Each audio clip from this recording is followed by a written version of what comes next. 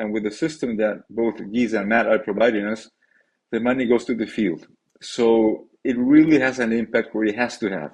So today we have a really interesting project. We have a collaboration between three teams. They're represented by Ignacio with Ketrawe, Giza from Carbonspace, and then we have Matt Smithies back from Dovu. Gentlemen, welcome. Nice to be here. Thank you very much. Thank you for having me once again, Brandon. Well, it is absolutely my pleasure. Ignacio, I'm going to start off with you. Can you give us an overview of this Bolivian agroforestry project in general? Sure, we can. As you might know, Bolivia is mainly known because of the highlands, but most of the country is lowlands, and about 70% of the country is within the Amazon basin. And we work in the Amazon basin, and the problem we're having here is that the forest is disappearing pretty fast because of intensive farming, cattle raising, and so on.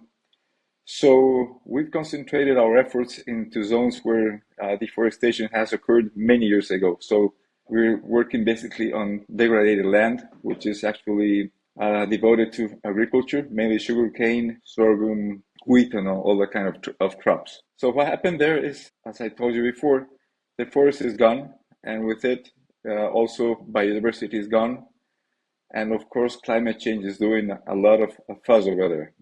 Lots of rain, there's droughts, and everything is kind of messed up. So we went ahead like 20 years ago, around, or 25, and we started planting trees. And then we began to put more science into it, and we began planting windshields, which is basically windbreakers.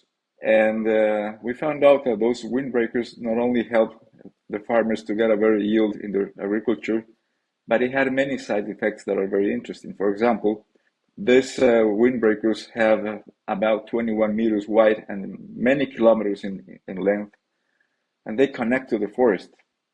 So it became kind of a biodiversity highway. So all of a sudden, birds came up, different mammals, reptiles, everything you can think of, insects, whatever. They began to use this windbreakers as a highway to go from one place to another, and even to live inside it. The good thing is that the windbreaks have proven to give yields to the farmers. For example, you get 9% more in soybean, like 23% more in wheat, about 18 to 21% more in sugarcane. So that's when the magic came up. Farmers, they thought that trees were their enemies because they take out land for their crops. Now they view the trees as their friends, because there's a society over there.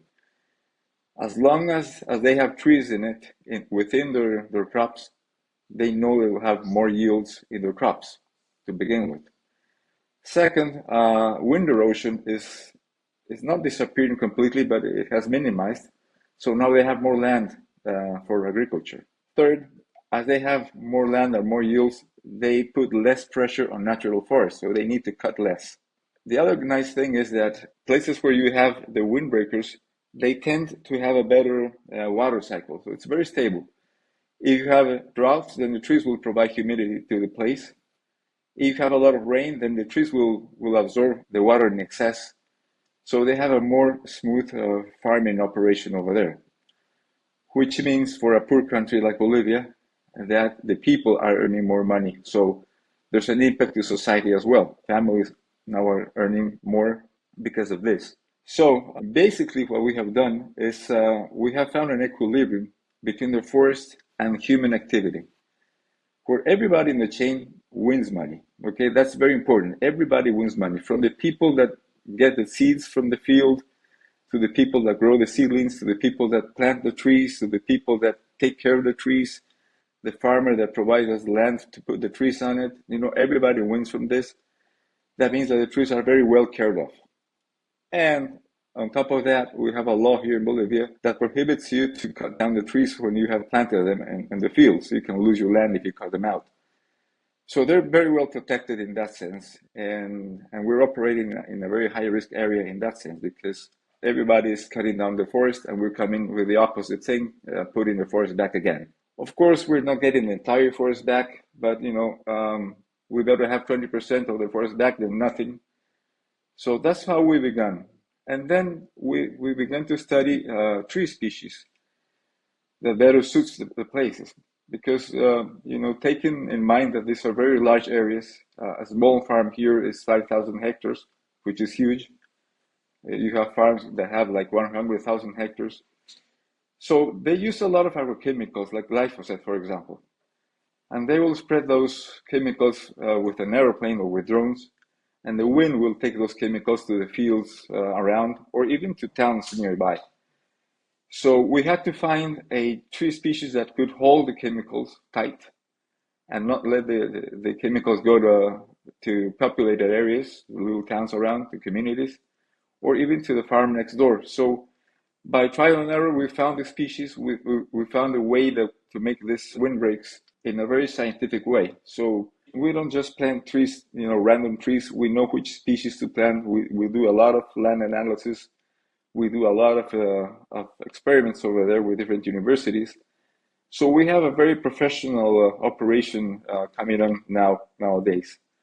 As I told you before, we are doing this like 25 years. I think we've ruined a lot of things in 23 years. Now we are doing the good thing in 2 years. And so we have a lot of practice in this.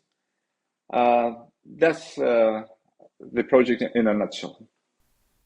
I love this. I mean, of course, the forest was removed for a reason, an economic reason in the beginning for the farmers or the ranchers to, of course, try to make a living themselves. This is a hybrid model. So you're adding trees back in. It's helping the farmers. So they have economic incentive to do this in the first place. And then we're putting on top of that these carbon credits, which also add an additional financial incentive to do this. So that's absolutely fantastic. But one of the issues with carbon credits in the past has been making sure they're trustworthy and that the data and the information that goes along with them is trustworthy. Giza, I'm curious from your point of view, Carbonspace has been responsible for making these verified, making sure these carbon credits are verified. How did you go about doing that? Thanks, Brandon. I have quite a bit of experience with agroforestry projects because about 4 years ago, when I was working for the world's largest chocolate producer, we had at that time the world's largest agroforestry project.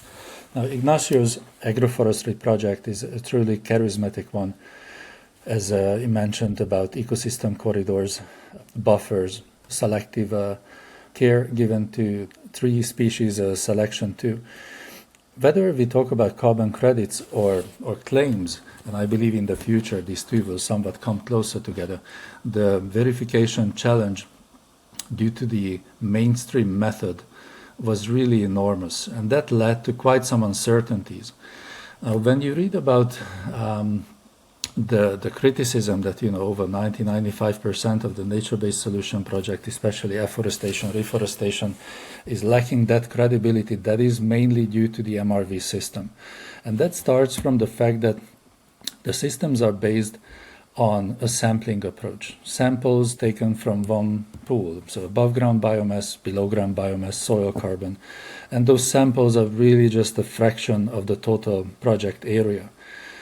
You take a sampling area of a 15-30 meter resolution, and then you repeat it over and over. But either you go after a statistical method or you go for representative land cover types, it really doesn't reflect the reality.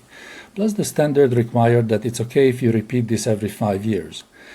And then to put the cherry on the cake, also the baselining assessments were not based on ecosystem measurements. It was basically a storyline based on expert estimation. So that's how the baseline is. That's how the incremental changes. Now, we truly need to disrupt this system because the disappointment and the surprise, the shock after 5 years was enormous. Not only for the project owner, but of course for the credit investors, those who bought those carbon credits. So the mainstream MRV systems started to be complemented by machine learning AI systems, extrapolating between these samples, but they are still samples. So how we approach this? First of all, when you talk about ecosystems, different pools, above ground, below ground biomass, dead organic matter, soil organic carbon, they form integral part of the ecosystem, especially for those projects that Ignacio described, where there is a baseline condition, probably a monoculture or a less ambitious ecosystem, and then you convert it into something that is much more complex, much more natural. So you need to measure it at the ecosystem level. So how we do this, we actually take daily diagnostics. Imagine that you don't take it every 5 years, we do it every day. So we take satellite images every day, we correlate it with the per minute meteorology data. So the solar radiation, the temperature, the rainfall, water fluxes, and we really understand what makes the ecosystem change over time. And then we keep repeating it 365 times a year, and then we come to a very, very precise understanding of what's happening in the ecosystem. So that brings you the carbon claims, it brings you the transparency, it brings actually radical transparency to the carbon credits. And that is beneficial both for the project owners as well as for the carbon credit buyers. So that's the true disruptive nature in there. So today we don't need to take samples above or below ground biomass. We can understand the cumulative impact, whether it's positive or negative, how the fluxes go up and down.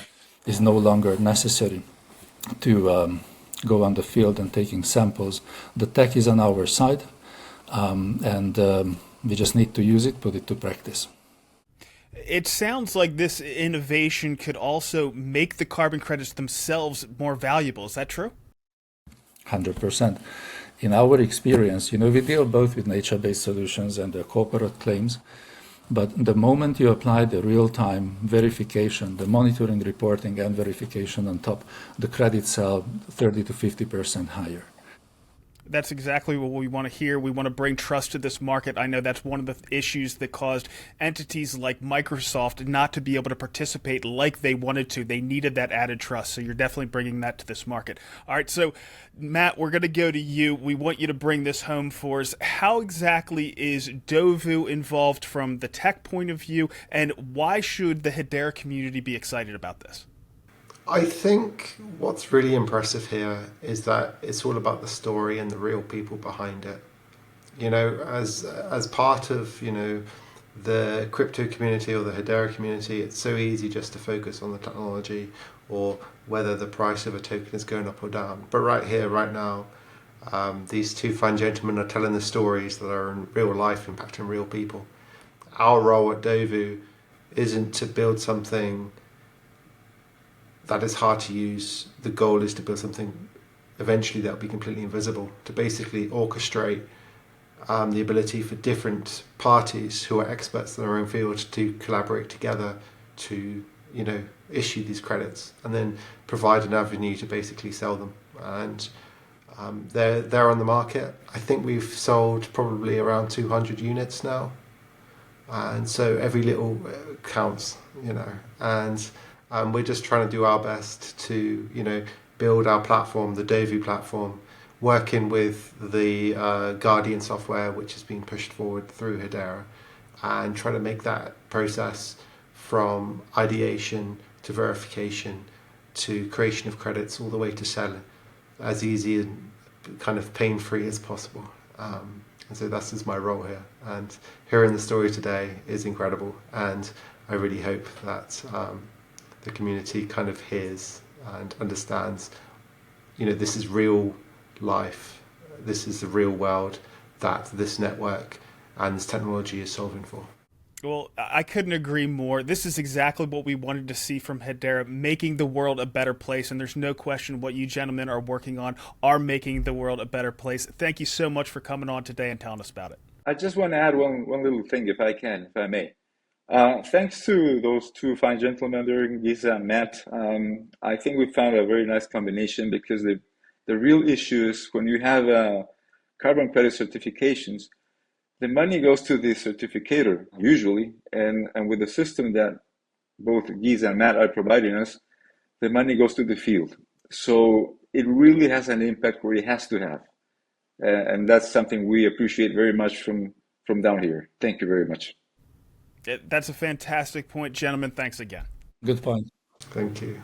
I'm now posting these interviews of Hedera builders independently to my channel. The community, influencers, and media outlets are free to use this content to spread the word on what's being built on Hedera. Once they're all uploaded, you'll be able to go to my channel and search for whatever topic or team you're interested in to find more information.